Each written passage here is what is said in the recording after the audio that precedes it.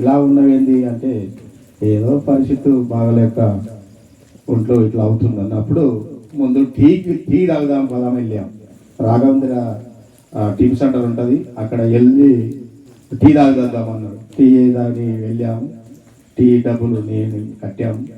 కాకపోతే మళ్ళీ ఒక దగ్గరికి ఒక చెట్టు కింద ఆపి ఇగో తమ్ముడు, యేసు ప్రభుని నమ్ముకుంటే నీవు బతుకుతావు, ఏంది మనిషి ఇట్లా అయిపోతున్నావు తమ్ముడు, నా మాట విన్నా అన్నాడు. నా మాట విన్నప్పుడు మాకు శివుడు దేవుడు అండి, నేను శివుడు ఎక్కువ పూజించేవాడిని. శివరాత్రి వస్తే మామూలుగా ఉండపోయేది, మసాజీలు వేసి పూలదండలు కొబ్బరికాయలు, అసలు శ్రీశైలం మా ఇంటనే ఉన్నట్టు కొట్టేది. అట్లా చేసేవాడిని. సున్నం శివరాత్రికి సున్నం ఇంటికి శుభ్రం చేసుకొని సున్నం వేసుకొని అసలు అందరు పిలిపించుకొని పండగలేక చేసుకునేవాడిని. అలా ఉండేది. ఎందుకంటే మా నాన్న మా తాత మా నాయన నాకు నేర్పించిన భక్తి అలాంటి భక్తి. అదేదో తాటి చెట్టు ఓం రీ మనంగానే తాటి చెట్టు దిగి తాటి కళ్ళు తీర్చుకున్నాక మళ్ళీ లేచిపోయేదామని మా నాన్నగారు మా తాతలు చేశారని చెప్పేవారు. ఓహో అంత గొప్ప దేవుడా అనుకునేవాళ్ళం. కాబట్టి అలాగనే భక్తి పెరిగిపోయాయి. కాబట్టి మనకు శివుని భక్తిలో చాలా మునిగిపోయా ఉన్నాం. అది మనకు ఇది అంటలేదు. ఎప్పుడు కూడా క్రైస్తవుడు అనేతోళ్ళు మా ఊళ్ళో లేరు, నా ఫ్రెండ్స్ లేరు, నా ఇంటి పక్కలో లేరు, ఎవరు నాకు తెలియదు. క్రైస్తవులు అంటే తెలియదు. కాకపోతే అప్పుడప్పుడు ఆటోలలో అప్పుడప్పుడు బైబిల్ పట్టుకొని వెళ్ళేవారు, అంతేగాని మాకైతే అంత టచ్ లేదు. అలాగే ఉన్నప్పుడు అయ్య గారు అండి, దానిలు కాదండి, అయ్యా దేవుని నమ్ముకో అన్నప్పుడు మేము నమ్ముకోవాలంటే మా వాళ్ళందరికీ అడగాల, మా భార్యను అడగాల అన్నప్పుడు మరి మా ఇంటికి పోయి మా భార్యను అన్నప్పుడు మరి నువ్వు బతికితే ఆమెకు ఆల్రెడీ అర్థమైంది ఏమని, జబ్బు ఉందని. కానీ నాకు తెలియదు, పూర్తిగా జబ్బు ఉంది నాకు తెలియదు. ఆమె డాక్టర్ చెప్పింది ఆమెకు, మా బామ్మాడికి ఆమె చెప్పాడు. బామ్మాడికి వాళ్ళు బాధపడుతున్నారు కానీ నాకు చెప్తలేరు. నేనేదో మామూలుగా మందు తాగుతూనిగా వాళ్ళకి తిండి లేదుగా, ఏదో నరాలు వీక్నెస్ అయ్యింది, నా రోజులు గట్టిగా తింటే తక్కువ అవుతుందిలే అని అనుకుంటున్నారు. అయితే ఆమె అంటుంది చూద్దామన్నప్పుడు మీ వాళ్ళు ఒప్పుకోరు, మీ అన్నదమ్ములు 2 ఉన్నారు, మీ అక్కలు 4 ఉన్నారు, మీ అమ్మ అన్నది, మీరు దేవుని నమ్ముకోవడం చాలా యేసుప్రభు అంటే నమ్ముతారు, మీ వాళ్ళు తిడతారయ్యా, నన్ను తిడతారయ్యా అని. సరేలే అని అట్లే ఆగిపోయింది. అయిన తర్వాత మళ్ళా పడిపోయిన తర్వాత హాస్పిటల్ తీసుకొస్తే క్లియర్గా నాకే చెప్పిండు ఆయన, బాబు నువ్వు ఏందనుకుంటున్నావు, నువ్వు హెచ్ఐవి వచ్చింది, నీకు జాగ్రత్తగా ఉండాలిగా, ఎడబట్టాడ కూర్చుంటావు, ఎడబట్టాడ ఊరుస్తావు. నాకు దగ్గు వచ్చి ఊరుస్తున్నా, అక్కడ చెవడ వచ్చింది అక్కడ ఉంటుంది, ఏది నీకేందో ఏం రోగం అనుకున్నావు ఇది, అది అంటుకుంటుంది మా అందరి ఇక్కడ, దగ్గు పొక్కి దగ్గు చేయబడి దగ్గు అంటున్నారు. అన్నప్పుడు ఏంది అసలు ఇంత ఇట్లా మాట్లాడుతున్నారని అడిగితే ఏం చెప్పండి సార్, ఏదో చెప్పండి, నాకు చెప్పాలి కదా అంటే నీకు వెచ్చేవి, నువ్వు గ్యారంటీగా నువ్వు ఇప్పుడు అప్పుడు అన్నట్టు నువ్వు జాగ్రత్తగా మాట్లాడాలి, జాగ్రత్తగా మూతుకు మాస్క్ పెట్టుకొని మాట్లాడాలి అని మాట్లాడాను. ఇక కుప్పగూలిపోయినాక రాదు. నేను అసలు నాకేంటిరా బాబు, నేను అసలు ఏ తప్పు చేయలేదు, నాకు హెచ్ఐవి ఎలా వచ్చింది అని బాధపడి, ఇదే ఇంకా ఈ రోగమేమో కానీ ఈ చెప్పుడు మాట వల్ల నేను మొత్తం కుంగిపోయినప్పుడు డైరెక్ట్గా ఈ అయ్యగారు చెప్పినగా నువ్వు కంపల్సరీ బతావు, యేసుప్రభు ఒకడే నేను బతికిస్తగలని ఒక మాట నాకు మెలినప్పుడు దానియల్ గారిని మా ఇంటికి పిలిపించినప్పుడు ఆయన కొత్తగా అక్కడ కొంతమంది నాకొంత సేవకులు వచ్చి పెద్ద మీటింగ్ పెట్టారు సర్నాలు కట్టకాడ. అప్పుడు ఆయన ఎవరంటే కొంతమంది సూర్యనారాయణ వచ్చిండు, ఈడ మన ఇంకో ఆయన పేరు కొండ, ఆయన పేరేంది, అయితే భోగి శాంతారావు, వీళ్ళందరూ అక్కడ మీటింగ్ పెట్టారు, సాక్ష్యం చెప్తా ఉన్నారు. ఈ కొంటోళ్ళు బాబురాలు సాక్ష్యం చెప్తా ఉంటే నేనన్నా వాళ్ళే నమ్మకంగా నేనెందుతో కళ్ళు కలిగించుకొని బతుకొని నేనెందుకు నమ్ముకోకూడదు దేవునని. అప్పుడు మాకేం అర్థం కాలేదు, 2 సాక్ష్యాలే అర్థమైనాయి మాకు. ఏ వాక్యం చెప్పిరో ఏ పాట పాడిరో పోయినా వచ్చేసినాం. ఇంటికి వచ్చిన తర్వాత మాకు ప్రార్థన తెలియదు.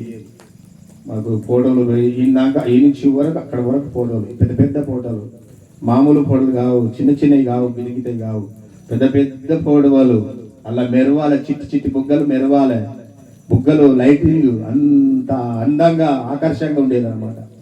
తెచ్చి పెట్టుకుని, ఎందుకంటే నేను టూర్లు పోయేది, బాగా టూర్లు పోయి ఏ పటం మంచి కనబడితే ఏ బొమ్మ మంచి కనబడితే ఆ బొమ్మ తెచ్చిపెట్టేది ఇట్లా. అలా కొట్టినప్పుడు అవన్నీ ఈ అయ్యగారు అంటాడు, ఇవన్నీ తీసి అమ్మా ఇవన్నీ తీయాలా, ఈ దేవుళ్ళని నన్ను తీయొద్దు అని అంటాను. తీస్తే నేను కొత్త అన్నప్పుడు గోన సంచి వెళ్ళింది. అయ్యా మా ఏం చెప్తావు, గోన సంచి నిండు గోన సంచి వెళ్ళింది. గోన సంచి కంచార్తులు గల్లబెట్టి వామో మొయ్యలేని బరకు వెళ్ళేది. తీసుకుపోయి అదే ఆటోలో మార్పు చేసేసినాం దేవుడు. కాబట్టి ఇక ఆ నుంచి ప్రార్థన మా సాగర్ నాకు మరి జగ్గయ్యపేటకు ఫోన్ చేసి అయ్యగారు మనకు అప్పుడే టచ్ జగ్గయ్యపేటకు ఫోన్ చేసి సాగనానికి ఫోన్ చేస్తే మరి సాగనాన్న వచ్చిండు. వచ్చి తోలుకొచ్చుకొని మరి వస్తేనే కోదాడు వచ్చిన కోదాడు కానీ నాకు తప్పులు ఒప్పించాడు. ఆ మిద్దె మీదకి పోయి ఒప్పించాడు. ఆడ చూసినాము కొన్ని దినాలు. మళ్ళా చక్కని ఏడుకోయినాం, రామన్నపేట పోయినాం. లాజరయ్య గారు అక్కడ బాలమ్మనమ్మ గారు జోరుగా ఇక్కి చేస్తున్నారు.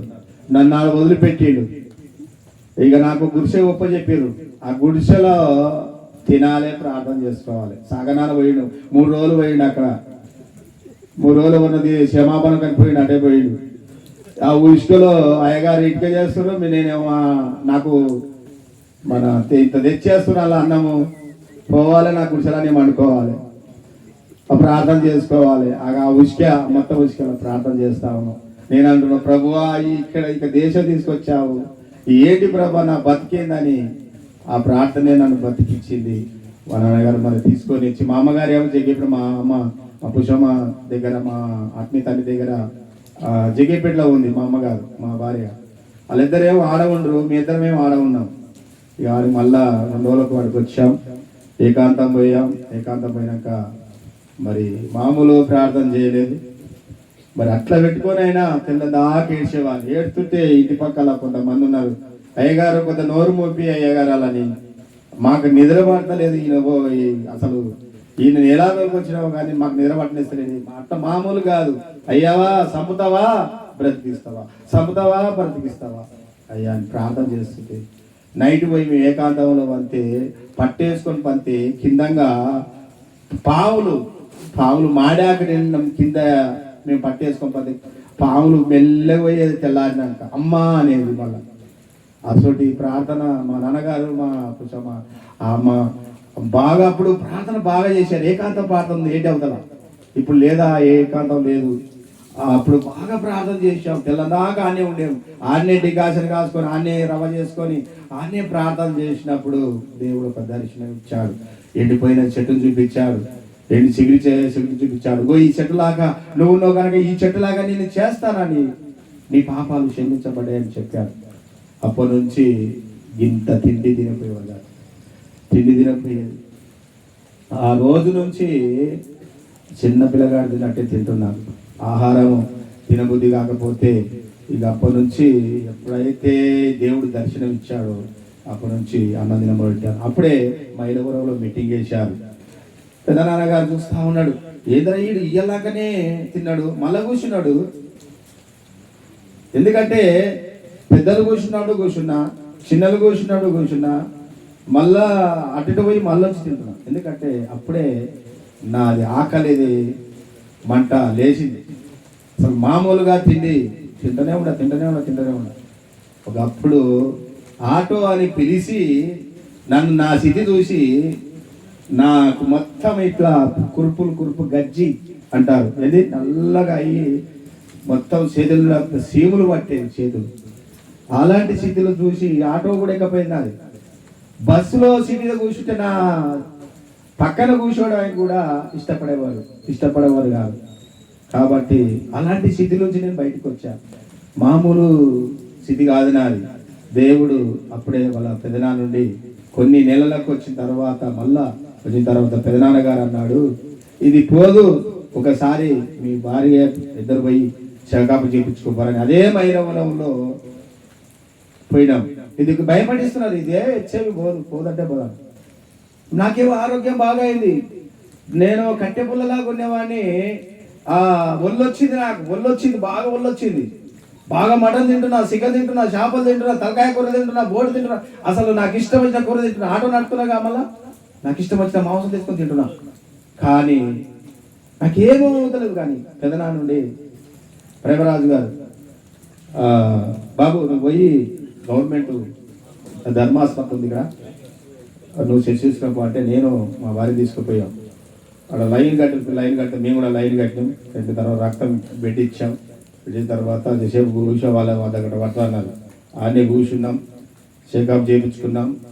సేపు తీసుకొని డాక్టర్ దగ్గరికి తీసుకున్న తర్వాత ఏంటయ్యా అసలు దేనికోసం తీసేయాలి బెడ్ అంటే, ఏమన్నా ఉందా సార్, ఇలా ఏమన్నా జబ్బు గిట్ల ఏమన్నా హెచ్ఐవి గిట్ల ఏమన్నా ఉందా అంటే, ఏమి లేదు, ఇల్లు హెచ్ఐవి మీ డౌట్ ఎందుకు వచ్చిందంటే, ఏమన్నా ఉందేమని తీసాం సార్ అని చెప్పారు. ఏమి లేదని చెప్పారు. కాబట్టి దేవునికి స్తోత్రం కలుగును గాక. అయితే చిన్న ఒక వాక్యం చదివి నేను ముగిస్తాను. ఇక హెజ్కేలు 33:11 వచనం చదువు. ఎవరైనా చదివి సహాయం చేయండి.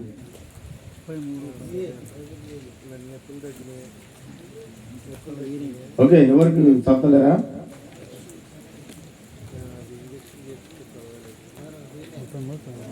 పదకొండు.